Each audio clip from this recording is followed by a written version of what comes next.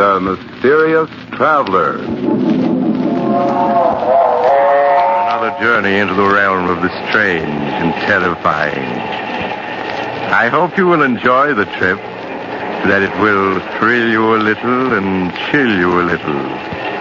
So settle back, get a good grip on your nerves. Where are we going? You'll find out when we get there. I hope it's not making you nervous, being alone with me here in the dark. Darkness stirs strange terrors in some minds. For the things that happen at night are sometimes most upsetting. Things such as cats that vanish or die, as in the tale of The House of Death.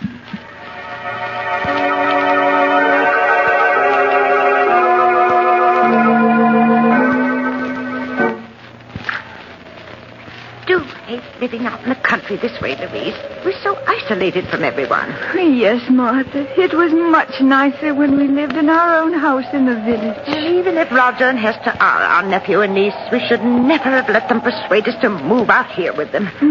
Oh, doesn't that wind ever stop blowing? Oh, Martha, Roger and Hester are coming. I just saw the car turn into the drive. I hope they've brought a maid.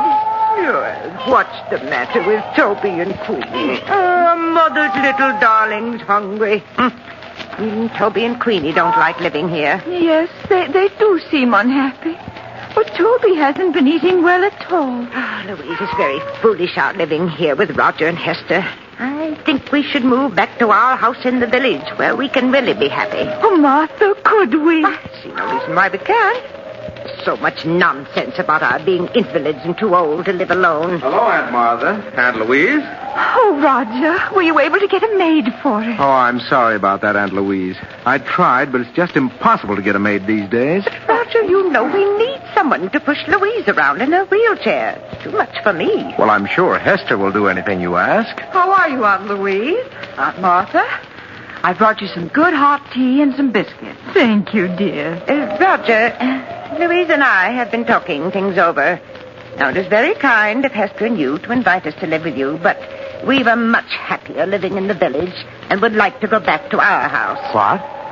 But, Aunt Martha, it's much better for you here. Why, of course. You're homesick, that's all. Why, certainly in time you'll come to love this place as we do. Now, we don't want to hear another word about your leaving us. We couldn't be happy thinking of the two of you living alone in that house in the village. Come along, Roger. Let them drink their tea. Yes, Hester. Well, see you both later.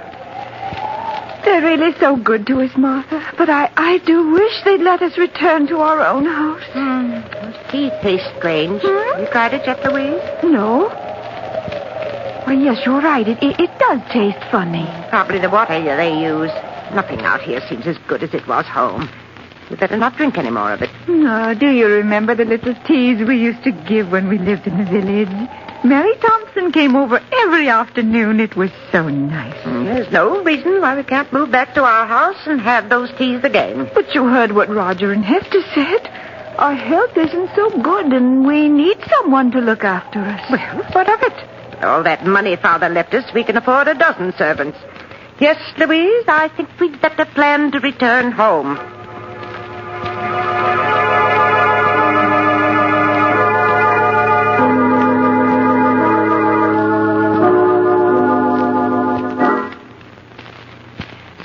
The mail car in sight, Louise? No, Martha, not yet. You know, I've been thinking quite a bit these past 24 hours about returning home, and I think we'll leave here in a few days. Oh, Martha, that would be wonderful. Oh, look, here comes George Gibson now with the mail. And that time, too. Yes. How would fat Toby and beautiful Queenie like to go back to their own little home? Oh, Martha, they understand perfectly what you're saying. Look how happy they are. Good they do. Hello, Aunt Martha. Aunt Louise. George Gibson just delivered the Sentinel. Oh, Here you are. Thank you, Roger. We've been waiting all day for it. Oh, that's all right, Aunt Louise. Hester will soon bring you your supper. Now, let's see. Oh, Martha, Let's look at the obituary notices first. That's just what I was turning to, Louise. Here we are. Did anybody we know die? Now, let me see.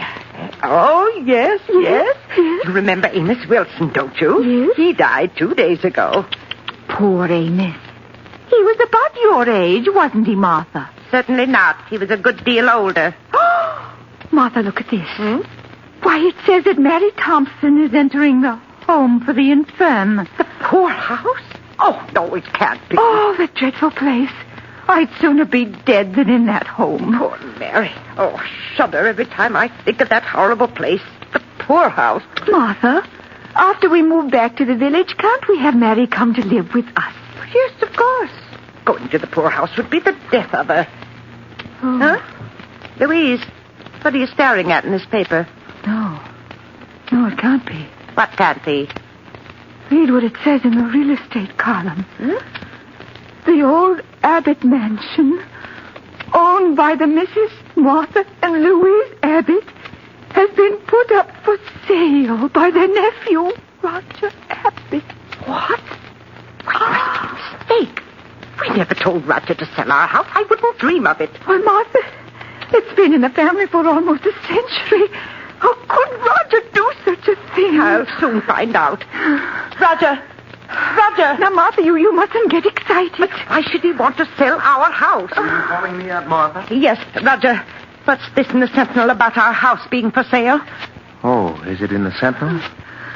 Oh, I'm sorry. It is a mistake, isn't it, Roger? No, Aunt Louise. Oh. You see, as co-trustee of Grandfather's estate, I thought it would be a good idea to sell the house. Prices are high these days, and the house is rather old. But you had no right to put the house up for sale without telling me. I won't hear of the house being sold. Now, you mustn't get excited, Aunt Martha. If you don't want the house sold, I'll remove it from the market. Oh, please do. We couldn't live in the house if it was sold, could we, Louise? All right. I'll take care of everything. Everything's going to be all right now. I don't like it, Louise. I don't like it at all. Why did he try to sell it without telling us? It does seem strange. Louise, we must get in touch with Judge Smith. Yes. He's the administrator of Father's estate, and he'll take care of everything for us in the way we want it. It isn't that I don't trust Roger, but you must recall the scrapes he was in when he attended college. His conduct after that was...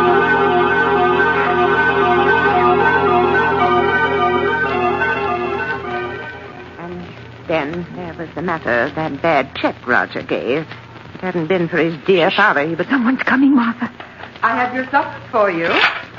Now, please eat them before they get cold. Yes, Esther. There you are. Just call me if there's anything else you want. Yes, does Mother's beautiful Queenie want something to eat? I don't see Toby any place around. Well, he's probably in the kitchen.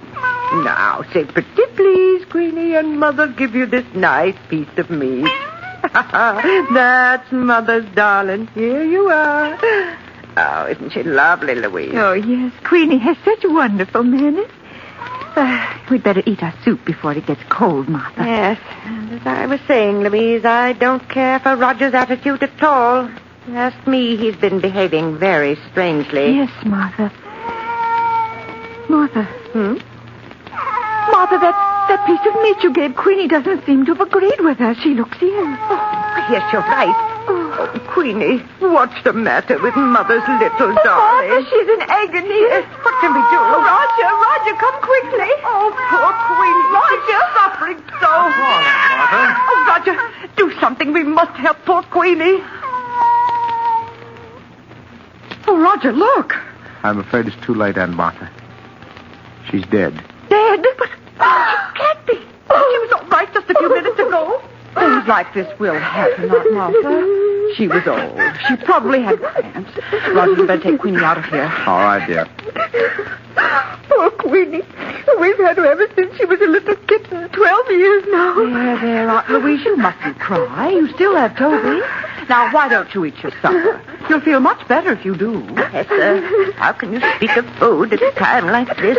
With poor Queenie's body not even cold. I'm sorry, Aunt Martha. If you want me, just call. Oh, Martha, it won't be the same without Queenie. I simply can't understand it.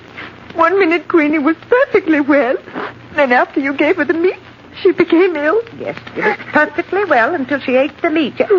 Louise, the meat, that's it. Don't understand, Martha. The meat, it was poisoned. Poisoned?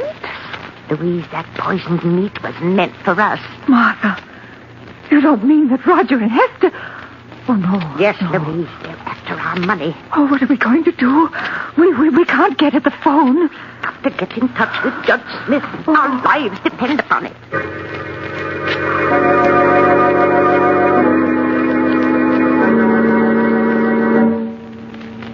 The two old ladies stared at each other, terror in their eyes. The minutes dragged into hours, and each hour was a nightmare, as they waited for the time to come when they could make the one contact between themselves and the outside world. Do you see George Gibson's car yet, Martha? No, Louise, but he should be in sight any minute now. Oh, what if Hester or Roger come home before he gets here? Then we won't be able to talk to him about our message to Judge Smith. Now, Louise, you know Roger isn't due home from work for another hour. Yes, but what about Hester? She's over at the miller's farm, and she's liable to return any minute. Louise, I see George Gibson's car. Oh. He's just turning into the drive. Hurry, Martha, hurry. All right, Louise, I raised the window. Martha, call to him quick before he gets away. George Gibson? Hello? Who's calling? Look over this way, George. It's Martha Abbott. I want to see you. Oh, it's you, Martha. Well, howdy, I'm coming. He's coming, Louise. Do you hear? Now we'll be able to get in touch with Judge Smith.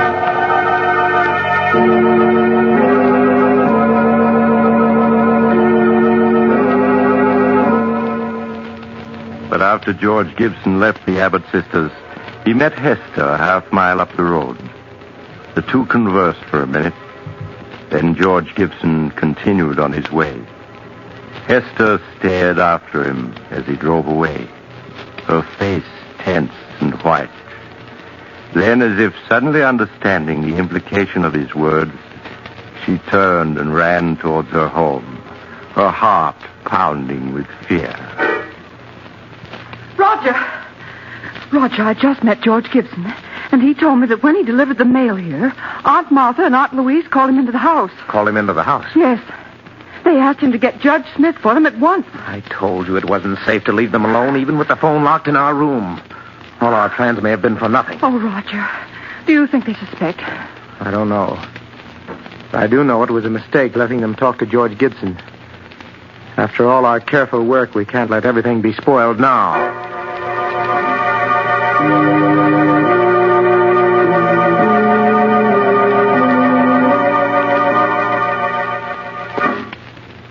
Oh, Martha, these past 24 hours have been endless. Where can George be? Probably delayed somewhere. Oh, Martha, there. George is coming. He just turned into the drive. I told you he wouldn't fail us. Oh, but Roger and Hester are in the house now. What if they don't let George see us? Nonsense. When George has a message to deliver, he delivers it. Roger's just gone out to get the mail, but... Louise. What is it, Martha? What's wrong? That isn't George Gibson driving the mail car. What? The man driving it's only a youngster. Now he's leaving. Martha, what does it mean? I don't know. I don't understand. Perhaps George is ill and he couldn't come today. Hello, Aunt Martha, Louise. This magazine just came in the mail. Thought you might like to see it. Thank you, Roger. Why didn't George Gibson deliver the mail? Oh, so you noticed there was a new driver today. Yes. I'm sorry to tell you this, but poor George Gibson was killed last night. Killed? Oh, no. He had an accident as he was returning to the village. An accident? Yes. I don't want to speak any more about it. It'll just upset you. Hester will bring you your supper soon. Oh, poor George.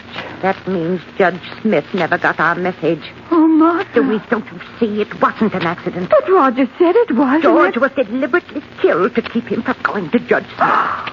Martha, you don't mean that Roger and Yes, Hester... Louise. They won't stop at anything to get our money. Oh, Martha, I'm so frightened. Oh, we must have courage or we're lost. Oh, but if we can't get word to the outside and they're poisoning our food, well, we haven't eaten a thing since poor Queenie died. We can't go on throwing food away or we'll starve. There's only one thing to do, Louise, if we're not to starve. Toby must sample our food before we eat it. You mean to see if it's poisoned. Yes.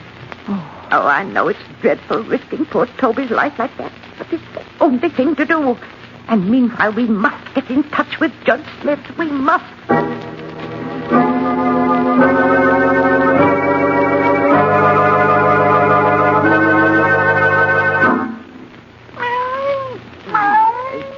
You are, Toby, a nice piece of meat for Mother, little darling. Martha?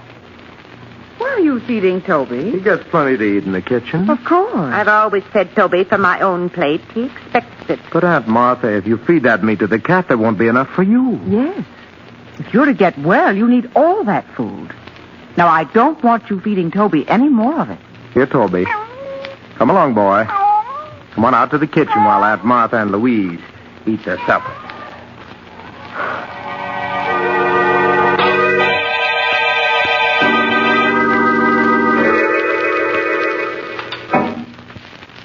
How are you, Aunt Martha? Louise, I've brought you your lunch. Doesn't it look good? Yes, Hester, it's very nice. Lunch, eh? Here, Toby. Here, kitty. Hester, have you seen Toby? No, Aunt Martha, I haven't. Oh, but where could he be? Toby's always on time for meals. He's probably someplace around the house. Now, eat your lunch before it gets cold. Oh, Martha, where can he be? Toby will be along in a few minutes. We won't touch a bit of this food until he's tried it first. Oh, I do wish he were here. I'm so hungry. Louise, don't touch a thing on that tray. It isn't safe. Oh, here, Toby. Here, kitty. Here,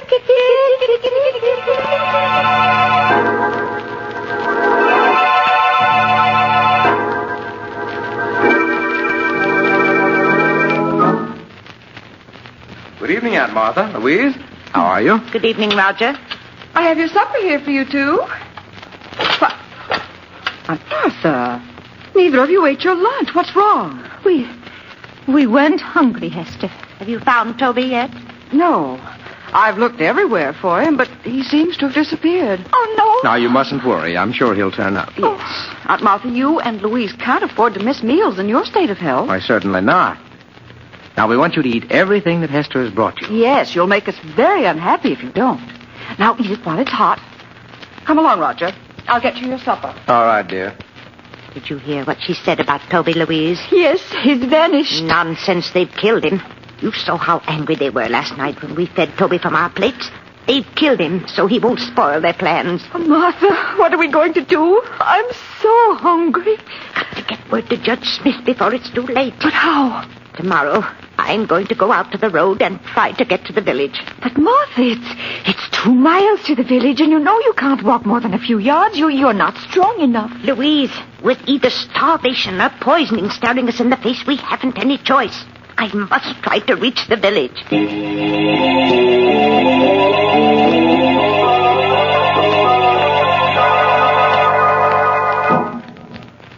The next morning, after Roger had left for the village and Hester had gone to the Miller farm, Martha dressed as quickly as her shaking hands would permit.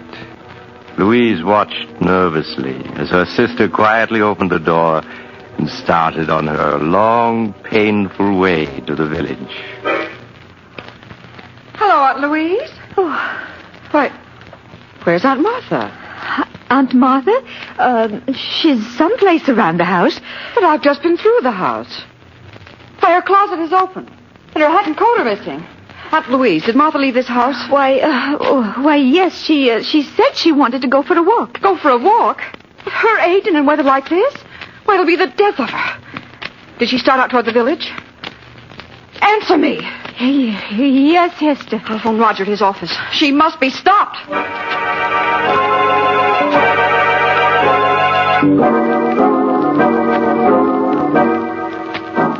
20 minutes later, as Roger drove along the road leading to his home, he saw a small figure in the distance.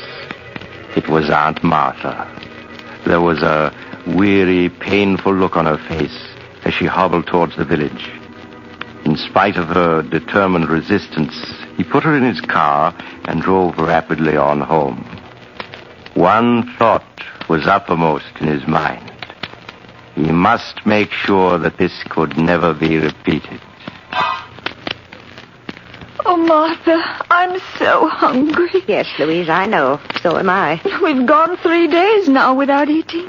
We left them our money and our wills. Why must they kill us? They're nothing but common murderers. Oh, if there was only some way to get word to the village. Louise, I've got an idea. What is it, Martha? If we were to set fire to the house, they'd see it in the village. Yes. And then the fire company would come out. Then we'd be able to tell them we'd be saved. Oh, but Martha, Hester and Roger would put out the fire before it could get big enough. Louise, I know a way we can prevent them from putting out the fire. You do? Yes, and we can save ourselves, Louise. We can save ourselves.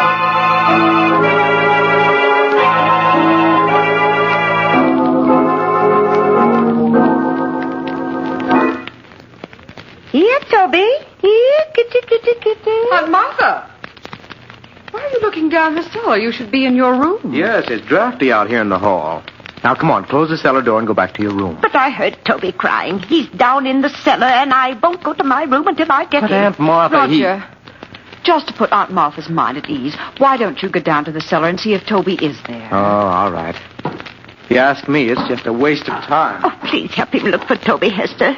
You'll find him so much quicker if you both look for him. Oh, very well. But you go back to your room so you won't catch cold. Roger? Do you see him? He doesn't seem to be any place here in the cellar. Now we'll see just how smart you are, trying to poison us. There, you won't stop us from escaping now. Oh, I must get Louise. Louise! Yes, Mom. Oh, Louise, it worked. Martha, you mean you were able to lock them in the cellar? Yes, and with the door locked, they can't get out. Aunt Martha, unlock this door. Let us go! Oh, they found out they're locked in. Don't you worry about it, Louise. I'll take care of everything. Oh, Martha. Aunt Martha. Martha, what are you doing with that kerosene lamp? I'm pouring the kerosene around the room so that it'll burn better. Oh, You ready to leave, Louise? yes, Martha. Then strike a match and start the fire. Please, Aunt Martha, please open this door! Oh, how quickly it's starting to spread. Yes, we better leave. I'll push your wheelchair, Louise, and you'll try to help by rolling the wheels. Yes, Louise. There. Yes, we're coming along nicely. Oh, Martha, I hate to do this. Louise, you mustn't waste any pity on them. Even if they are our niece and nephew, they're nothing but common murderers. Yes, I suppose you're right. Now I'll just open the front door and we'll be free. Roll the wheels a bit, Louise. Yes, I am. Just a few feet more and we'll be safe. There. Far enough away from the house to be perfectly safe. Oh, my. The whole house is on fire now. Yes, lovely fire, isn't it? I don't feel cold at all. Oh, do you think they can see it in the village by now, Martha? I'm sure they do. Now remember, Louise, when the fire company gets here, we don't know what happened to Roger and Hester. We just managed to get out ourselves. Yes, Martha. If we told them what we were forced to do to escape, we'd have to reveal that our own niece and nephew were poisoners, murderers. We don't want to disgrace the family name, Louise. Oh, no, Martha. Of course not. Oh, look, Martha, look. The roof is beginning to go.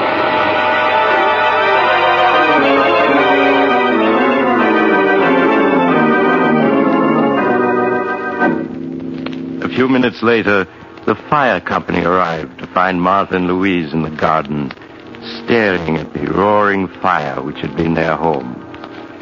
It was too late to save the other occupants of the house, so the men were forced to stand by helplessly and watch it burn.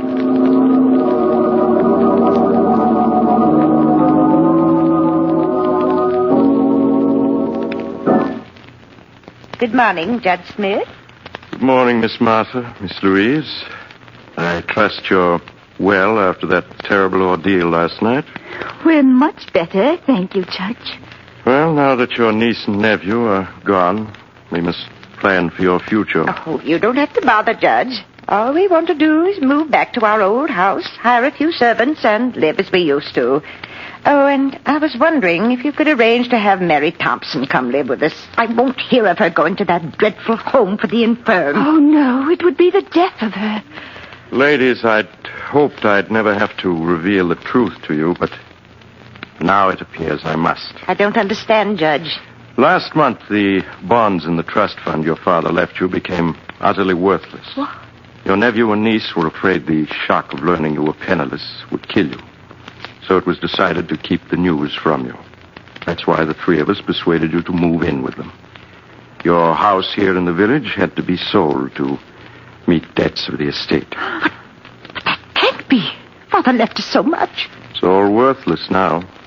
Perhaps I should have told you this a month ago. But your niece and nephew wouldn't hear of it. In spite of the fact that they had only Roger's salary to live on, they were determined to prevent you from ever learning of your misfortune. But the deaths of poor Queenie and Toby, of George Gibson. George Gibson? Yes. I'm afraid I don't understand. Surely you heard he was killed a few days ago when a tire on his car blew out and it overturned. You mean he wasn't murdered? Certainly not. Are you feeling well? Has my news been too much for you? No. Well, now that your niece and nephew are gone and there's no one to support you, I'm afraid there's only one thing left. One thing left? What's that? I'm sorry to say, the home for the infirm, the poorhouse.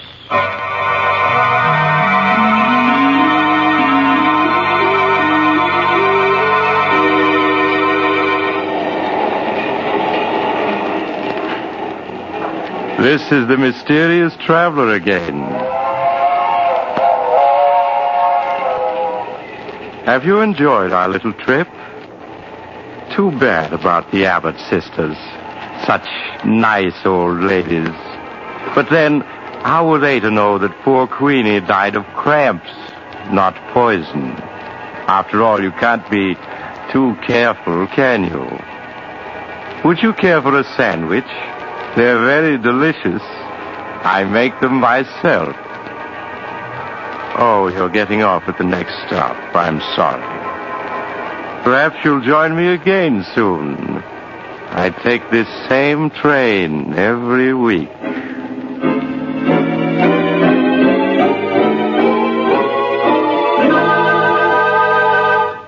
You've just heard Chapter 9 of The Mysterious Traveler, a series of dramas of the strange and unusual brought to you each week by station WOR. In tonight's program, The House of Death, Irene Hubbard played Martha Abbott and Elizabeth Morgan played Louise Abbott. The Mysterious Traveler, written by Robert Arthur and David Cogan, is directed by Jock McGregor. Original music was played by Doc Whipple.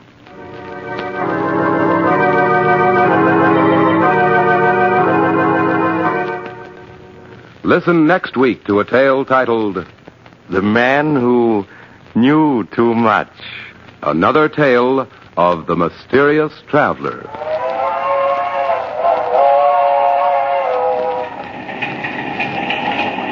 The Mysterious Traveler is presented by WOR Mutual every Sunday at 7 over most of these stations.